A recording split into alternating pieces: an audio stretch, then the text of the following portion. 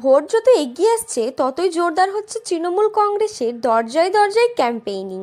আপনারা দেখছেন news social focus. গ্রামে গ্রামে ঘুরে প্রত্যেকটি বাড়িতে পৌঁছে যাচ্ছেন দলের কার্যকর্তারা। মহিলা থেকে শুরু করে সাধারণ মানুষ সবার সঙ্গে সরাসরি কথা বলে তাদের সমস্যার কথা শুনছেন এবং একটি পুস্তিকার মাধ্যমে গত 15 বছরের রাজ্যে কী কী উন্নয়নমূলক কাজ হয়েছে তা তুলে ধরছেন। একই সঙ্গে মানুষকে আবারও 2026 সালের বিধানসভা নির্বাচনে তৃণমূল কংগ্রেসকে সুযোগ দেওয়ার আবেদন জানানো হচ্ছে। অসমাপ্ত কাজ সম্পূর্ণ করা এবং নতুন উন্নয়নের প্রতিশ্রুতিও তুলে ধরা হচ্ছে এই প্রচারের মাধ্যমে। আজ গোয়ালপুকুর ব্লকের বিভিন্ন এলাকায় এই ক্যাম্পেইনের চিত্র দেখা গেল। উপস্থিত ছিলেন ব্লক প্রেসিডেন্ট আহমদ রেজা, যুব প্রেসিডেন্ট সেহরিয়ার আলম সহ অন্যান্য কার্যকর্তারা। তারা সক্রিয়ভাবে প্রতিটি গ্রামে গিয়ে মানুষের সঙ্গে যোগাযোগ বাড়িয়ে তুলছেন এবং দলীয় প্রচার চালিয়ে যাচ্ছেন।